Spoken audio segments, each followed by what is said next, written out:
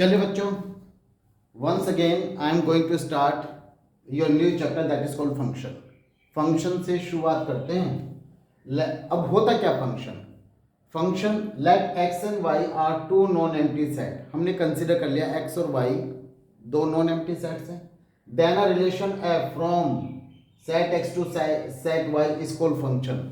तो जो रिलेशन है सेट एक्स से सेट वाई का उसे हम फंक्शन बोलते हैं। अगर मेरे पास दो सेट हैं, set A and set B, तो जो रिलेशन बनेगा सेट एक्स का सेट ए का सेट वाई से, उसे फंक्शन बोलते हैं। लेकिन कब?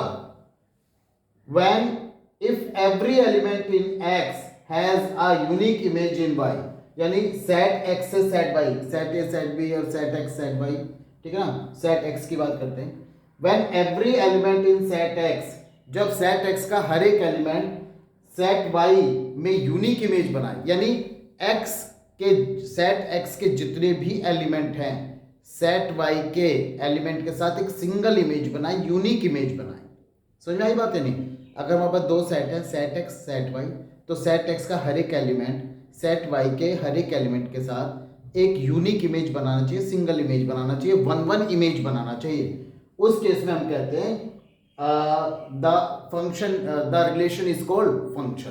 उस केस में जो रिलेशन बनेगा सेट एक्स और सेट वाई के बीच में उसे बोलेंगे फंक्शन। और उसे हम लिखेंगे f is such that x tends to y, ठीक है। Thus a relation f from x to y is a function, यानी relation f x to y function कहलाएगा if domain of f is equal to x। तो अगर उसका domain x है and no two distinct order pair in f have same image, यानी किसी भी दो एलिमेंट की कोई सेम इमेज नहीं बननी चाहिए, यानी वन इमेज ही बने, उसी को ही हम बोलेंगे function. That relation is called function. चलिए बढ़ते हैं थोड़ा सा आगे। Now we have one question. x is equal to set x is equal to 1 2 3 4, set y is equal to 1 4 9 16 and 25. So he is saying there is a function x y such that x belongs to x, y belongs to y and y is equal to x square. we're going to show that f is a function from x to y. Find domain and range. सबसे पहले हमें show करना ये एक function है, ठीक है। चलिए हम कहेंगे taking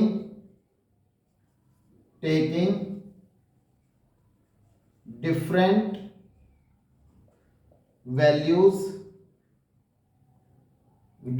values from set x and getting corresponding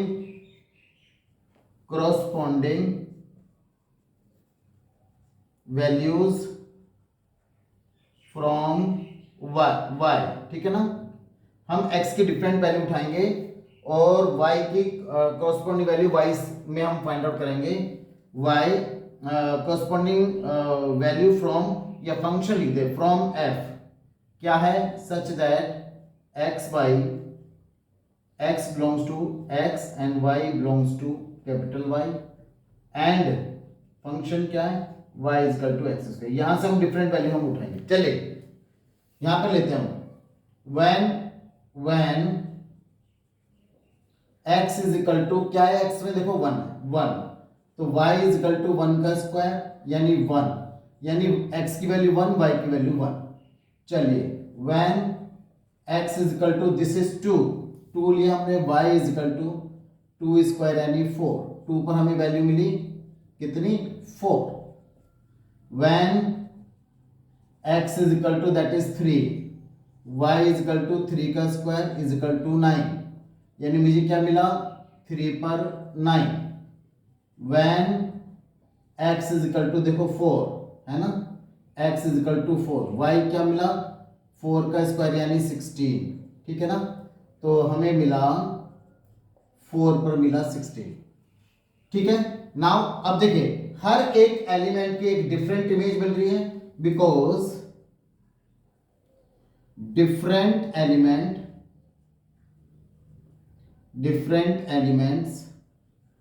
have different image different image या unique image, unique image, therefore f is a function. ठीक है ना, हमने ये तो प्रूव कर दिया ये एक फंक्शन है। चलिए domain, domain of f, if function का डोमेन क्या है? देखिए आपको बताया गया था जो फर्स्ट एलिमेंट होता है वो डोमेन होता है। डोमेन क्या हो गया हमारा? 1 2 3 एंड 4। चलिए रेंज, मैंने आपको बताया था कि जो रेंज होता है ना वो सेकंड एलिमेंट रेंज होता है। क्या है? 1 4 9 एंड 16, ये सारे एलिमेंट हमारे रेंज हो गए। ठीक है ना। और कोडोमेन उसने पूछा नहीं है, अगर वो कोडोमेन पूछता तो कोडोमेन हमारा बी सेट रहता, यानी वाई वाला 1 4 9 16 एंड 25। लेकिन ये जो 25 है ना, this is not the part of the function, है ना, क्योंकि 25 तो आया नहीं यहां पर, तो 25 इसका पार्ट नहीं है। फिर उसने कहा कि ड्रॉ पिक्टोरियल रिप्रेजेंटेशन, पिक्चर भी बना देते हैं। चलो, ये सेट x है, ये सेट y है। x के एलिमेंट 1 2 3 एंड 4, y के एलिमेंट 1 4 9 16 एंड 25। चलिए 1 का रिलेशन 1 से, 2 का रिलेशन 4 से, 3 का रिलेशन 9 से, और 4 का रिलेशन 16 से। चलिए हमने ये भी आंसर दे दिया, ये समझ में आ गया होगा बच्चों आपको। ठीक है, ये हमने ये भी निकाल दिया हमने। वो कह रहा है if a is equal to 2 3 4 find f a. अब इसका मतलब क्या हुआ? अब इसके आगे मैं थर्ड वाला पार्ट ले रहा हूं बच्चों। x इज इक्वल टू 2, अगर x is equal to 2, y is equal to 2 का स्क्वायर यानी 4, x is equal to 3, y की वैल्यू 3 का स्क्वायर यानी 9 हो गया, और x इज इक्वल टू 4 और y की वैल्यू 4 का स्क्वायर यानी 16। यानी क्या क्या आंसर मिले? 2 पर हमें मिला 4, 3 पर हमें मिला 9 और 4 पर हमें मिला 16। ये हमारे 3 आंसर इसके हो गए। चलिए come to the next.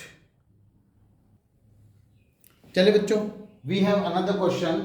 Question is that x is equal to 2 3 4 5 and y is equal to 7 9 11 13 15 and 17. Define a relation f from x to y. जो एक f एक रिलेशन है x to y, हमें वो डिफाइन करना क्या है? x y such that x belongs to set x and y belongs to set y, और y की वैल्यू कितनी है? 2x plus 3.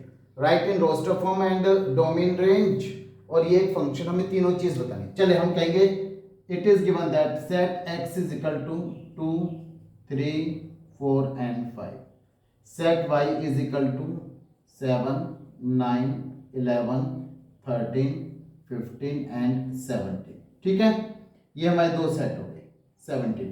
अब देखिए when x is equal to कितना, देखो 2, x is equal to 2 है तो y is equal to कितना?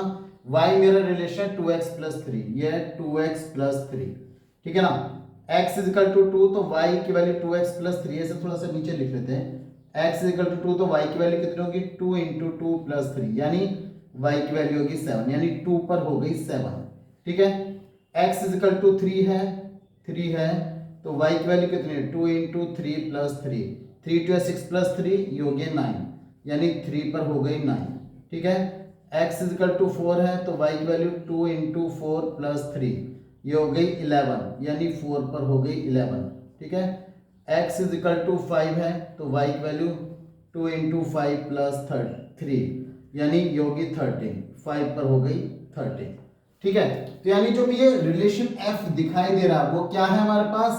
एक 2 का 7 पर, 3 का 9 पर, 4 का 11 पर और 5 का 13 पर। हम कहेंगे because in f distinct element has unique image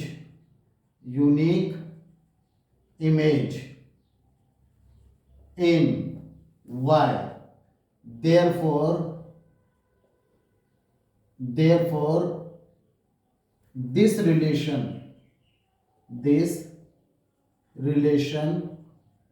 is a function, है ना, this relation is the function. ठीक है, चलिए ये तो हमने कर दिया।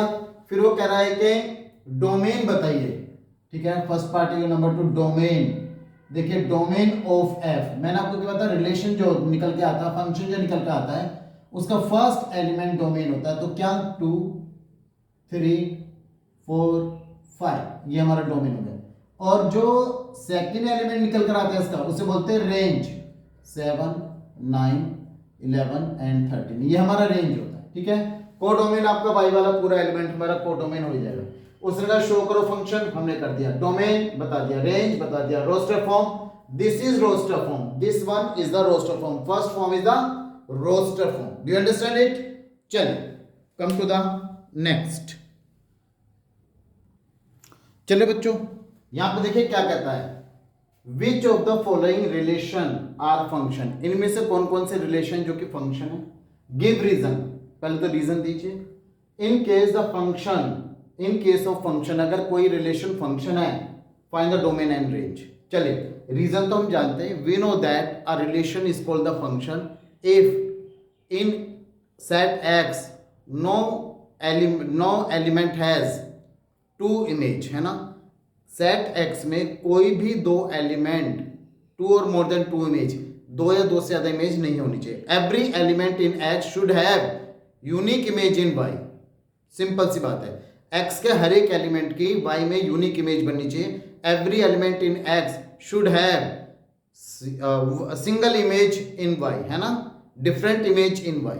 चलिए रीजन तो हम दे देंगे, लिखवाऊंगा नहीं, ये मैं लिखवा चुका हूं। चलिए देखते हैं, हम कहते हैं हम बात करते हैं वन की, हम कहेंगे क्लियरली, पहले डायग्राम बना लेते हैं, डायग्राम से बहुत अच्छे से समझ में आ जाएगा। ये हमारा डायग्राम बना लीजिए हमने, ठीक है ना। फंक्शन दे दिया, देखिए 1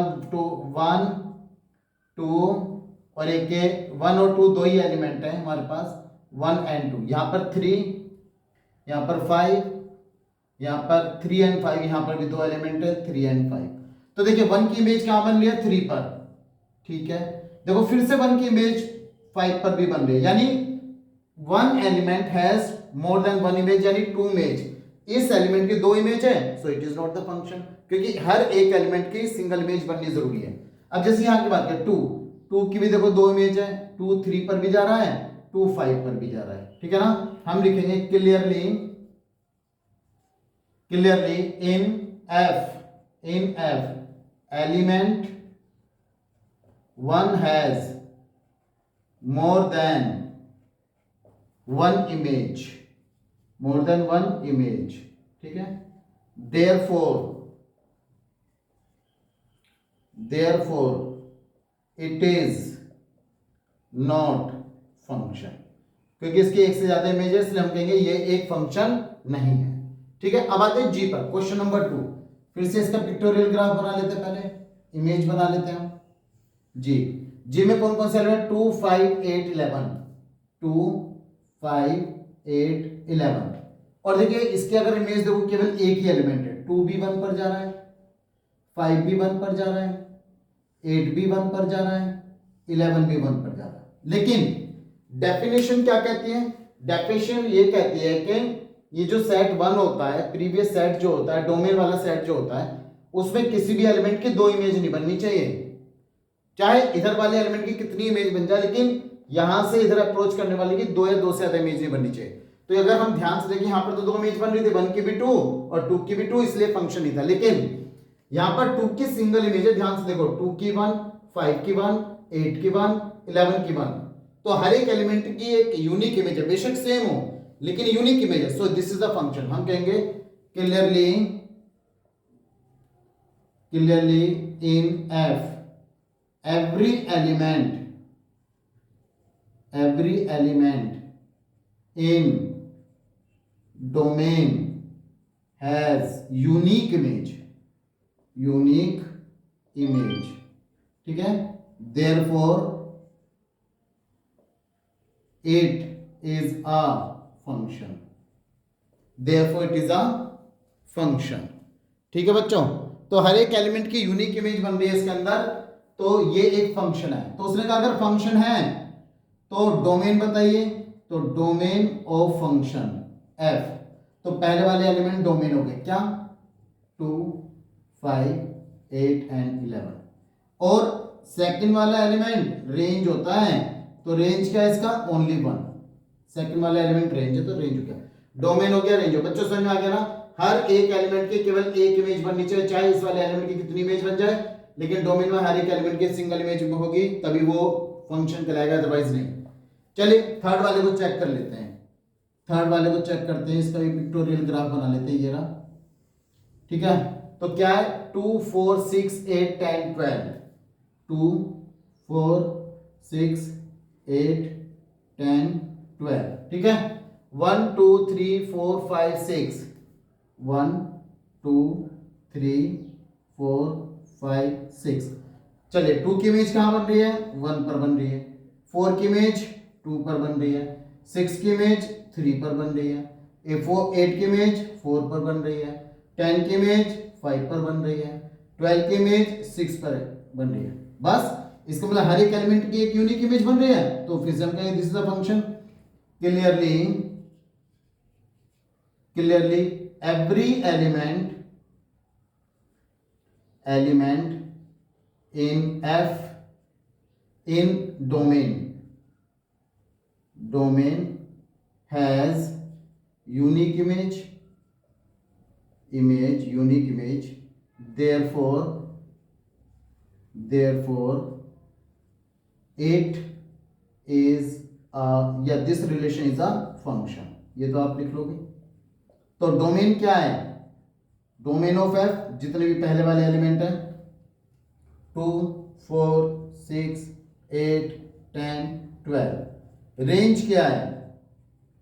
रेंज ऑफ एफ कितना? 1 2 3 4 5 एंड 6। ये हमारे हो गए रेंज। होपफुली आपको डोमेन रेंज समझ में आ रहा होगा बच्चों, फंक्शन समझ में आ गया होगा, डोमेन रेंज समझ में आ गया होगा। ठीक है, इसमें तो कोई डाउट नहीं है। चलिए बढ़ते हैं आगे। चलिए बच्चों, we have another question. Set a is equal to -2 -1 0 1 and 2 function is such that a tends to z। z का मतलब जानते हो ना, इंटीजर्स, है ना। fx is equal to x square -2x -3। तो कहता रेंज बताइए आप इस फंक्शन की f। तो हम लिखेंगे we have what we have x is equal to -2। देखो x इज इक्वल टू -2 ये रहा, तो f -2 इज इक्वल टू -2 का स्क्वायर -2 इंटू -2 -3, ये हो गया 4 + 4 -3 8 -3 5। चलिए x is equal to -1 f -1, तो ये होगा -1 का स्क्वायर -2 इंटू -1 -3 हो जाएगा 1 + 2 -3, तो ये क्या हो गया -1 का स्क्वायर हो गया हमारे पास 1 माइनस प्लस 3, ये हो गया 0। चलिए x इज इक्वल टू 0 रख देते हैं, f 0, तो 0 का स्क्वायर -2 इंटू 0 -3, तो कितना हो गया 0 - 0 -3 इज इक्वल टू -3। चलिए x इज इक्वल टू 1 ले लेते हैं, f 1 का स्क्वायर -2 इंटू 1 -3 1 - 2 -3 यानी -5, ये -4 हो गया। x इज इक्वल टू ले लेते हैं 2 f 2, तो ये गया 2 का स्क्वायर -2 इंटू 2 -3 4 -4 -3 यानी ये -3 है। चल हमने सारी वैल्यूज निकाल ली, उसने कहा रेंज बताइए, तो रेंज ऑफ f की रेंज कितनी होगी बच्चों हमारी? जो हमारा आंसर निकल के आया क्या क्या है? -3 -4 0 एंड 5, है ना।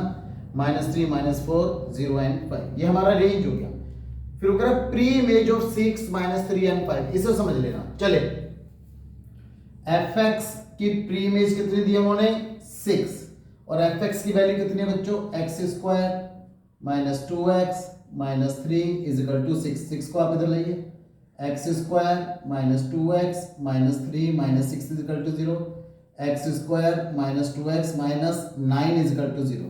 देखिए वैसे तो कोई नंबर है नहीं जिसका मल्टीप्लाई किया तो -9 और प्लस माइनस करके -2, तो हम क्वाड्रेटिक इक्वेशन से निकाल लेते हैं -b + -√b² -4ac upon 2a -b minus का 2 प्लस -√(2 का स्क्वायर 4 -4ac अपॉन 2 इंटू 1, तो गया 2 प्लस माइनस अंडर रूट 4, 9 4 जा 36 अपॉन 2, और ये गया 2 plus minus under root 14 upon 2, 2 plus minus क्या 2 बनकर बाहर आएगा अंडर रूट 10 अपॉन 2, 2 को कॉमन ले लो बच्चों, 2 plus minus under root 10 upon 2, देखो 2 से 2 कैंसिल, यानी 1 प्लस माइनस अंडर रूट 10 आ गया। लेकिन किसी भी कोई भी एलिमेंट हमारा इनमें से 1 प्लस माइनस अंडर रूट 10 है नहीं, सो 6 हैज नो प्री इमेज, ठीक है ना, क्योंकि कोई तो है नहीं, तो 6 की कोई प्री इमेज नहीं है। चलिए ये समझ में आ गया बच्चों। अब मैं इसे क्योंकि मिटा रहा हूं, कम टू द नेक्स्ट, ठीक है। अगला ले लेते हैं नंबर यहां से,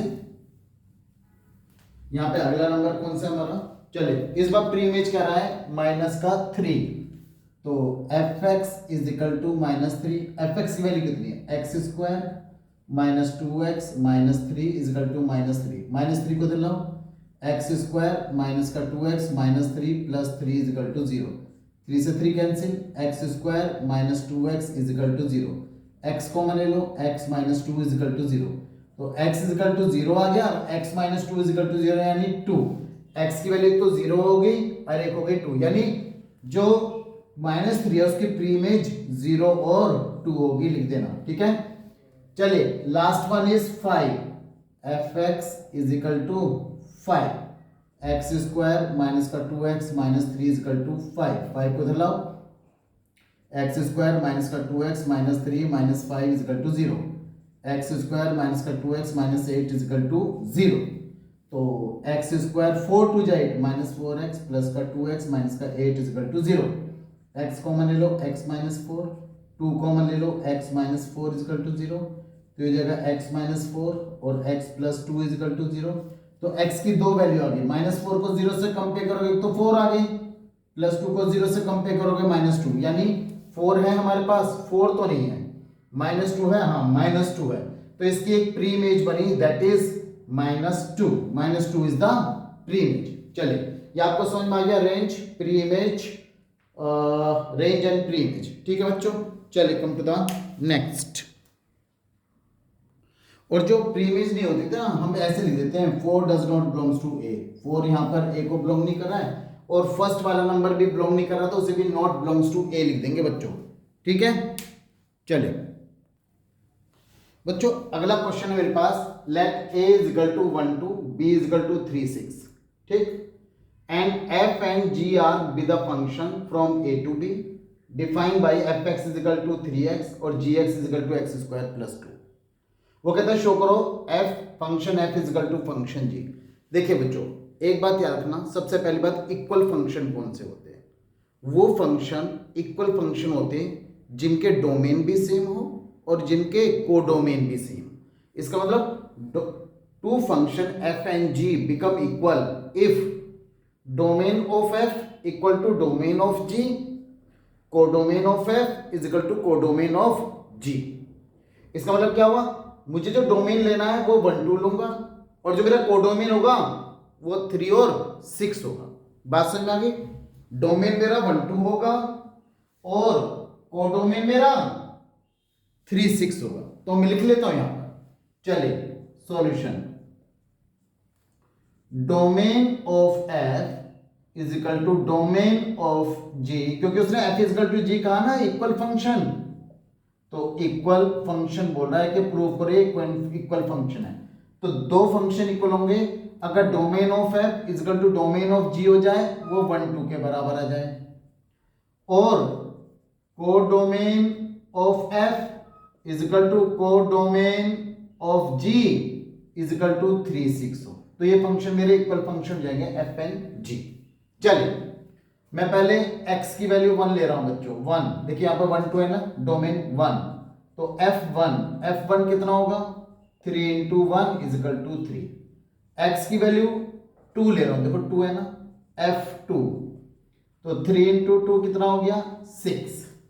अब x1 के लिए मैंने f निकाल लिया, अब x इज इक्वल टू 1 के लिए मैं g भी निकाल लेता हूं, फंक्शन g, तो G1, तो 1 रख देते हैं, 1 का square plus 2 is equal to 3, है ना। अब x इज इक्वल टू 2 के लिए, x इज इक्वल टू 2 के लिए G2 यानी 2 का स्क्वायर प्लस 2 यानी 4 प्लस 2 6 हो गया। तो इसका मतलब हमारा डोमेन भी एप्लीकेबल है और कोडोमेन भी एप्लीकेबल है। हम कहेंगे now domain of f is equal to domain of G and codomain of f is equal to codomain of G. Therefore, function f is equal to function G. समझ में आ गया बच्चों? अगर नहीं समझ आया तो भैया कमेंट में डाल देना, मैं दोबारा समझा दूंगा। ठीक है बच्चों, चलिए कम टू द नेक्स्ट। चलिए बच्चों, वी हैव अनदर क्वेश्चन।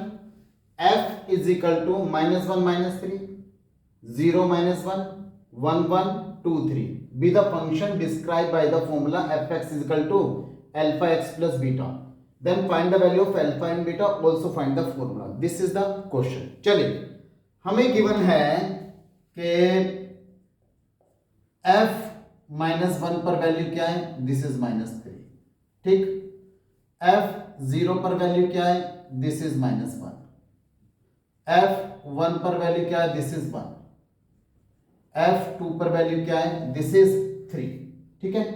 चलिए लेते हैं, जब मैंने when x is equal to -1 तो f -1 is equal to alpha multiply by -1 plus beta, कितनी वैल्यू आ रही है बच्चों, -3, यानी -alpha plus beta is equal to -3। एक मिनट में देख लो कुछ कटा तो नहीं, हाँ ठीक है।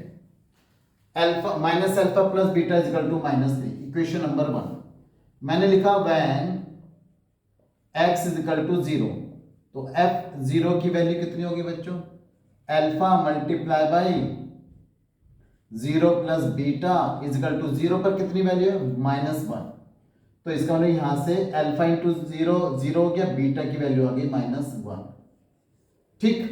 चलिए when x is equal to 1 put करें तो f1 की value alpha into 1 plus beta, 1 पर कितनी वैल्यू दे रखी है, 1 दे रखी है, यानी alpha plus beta is equal to 1।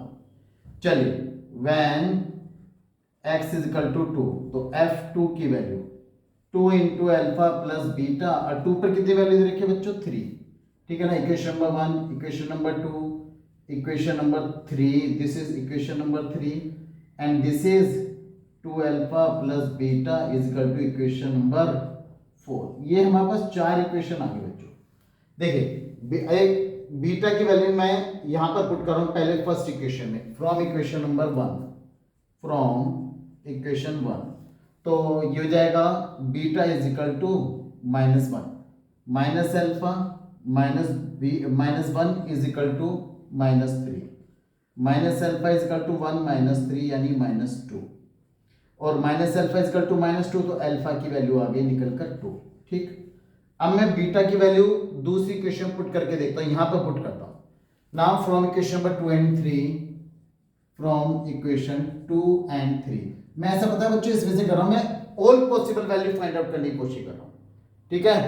तो यहां पर बीटा की वैल्यू अल्फा -1, ठीक है ना, इज इक्वल टू 1, तो alpha is equal to 1 plus 1, alpha की वैल्यू 2, देखो यहां पर भी अल्फा की वैल्यू 2, यहां पर भी 2, यहां पर भी 2।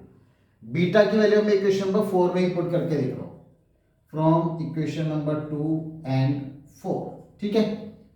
2 इंटू अल्फा और बीटा की वैल्यू कितने हमारे पास, -1 is equal to 3, 2 into alpha is equal to 3 plus 1, 2 into alpha is equal to 4, तो अल्फा की वैल्यू फिर से 2 आ गई, यानी जहां जहां मैंने बीटा की वैल्यू -1 पुट की वहां बीटा की वैल्यू -1 पुट की, अल्फा की वैल्यू 2 आ गई, हर जगह same I.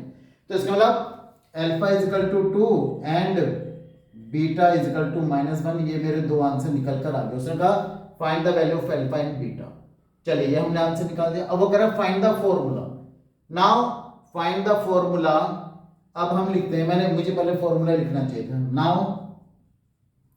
fx is equal to alpha multiply by x plus beta, अब fx is equal to formula क्या बना, x अल्फा की वैल्यू 2 इंटू एक्स, बीटा की वैल्यू -1, तो fx is equal to 2x minus 1 is the required formula। ये आपको समझ में आ गया बच्चों? चलिए बढ़ते हैं आगे। चलिए बच्चों, वो कहता है the function f is such that real number tends to real number से बना हुआ फंक्शन है fx is equal to x square plus 3। ठीक है, वो कहता है find the pre image each of the following function. वो कह रहे हैं इन सब की है ना प्री इमेज बनाइए, तो हम क्या लिखेंगे? Let x be the pre image of, पहला पार्ट लेते हैं ए 19, x 19 की प्री इमेज है। इसका मतलब क्या हुआ?